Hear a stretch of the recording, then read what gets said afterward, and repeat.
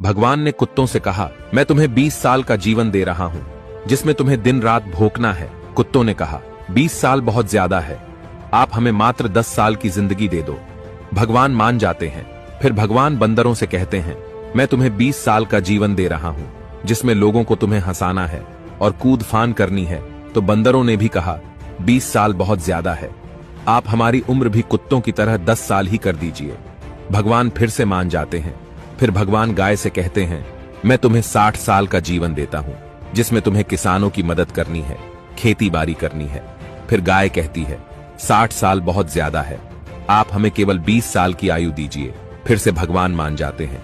फिर भगवान मनुष्य से कहते हैं, मैं तुम्हें 20 साल की आयु दे रहा हूं, जिसमें तुम्हें हंसना है, खेलना है और खूब मस्ती करनी है। फिर मनुष्य ने कहा, सिर्फ 20 साल? आप एक काम करिए, मेरे 20 साल और कुत्तों के जो बचे 10 साल है और बंदर के 10 साल और गाय के जो 40 साल हैं, वो भी दे दीजिए। भगवान मान जाते हैं और कहते हैं, जैसी तुम्हारी मर्जी। हम भगवान के दिए 20 साल बहुत मजे से जीते हैं और बचे हुए 40 साल हम दिन भर परिश्रम करते हैं।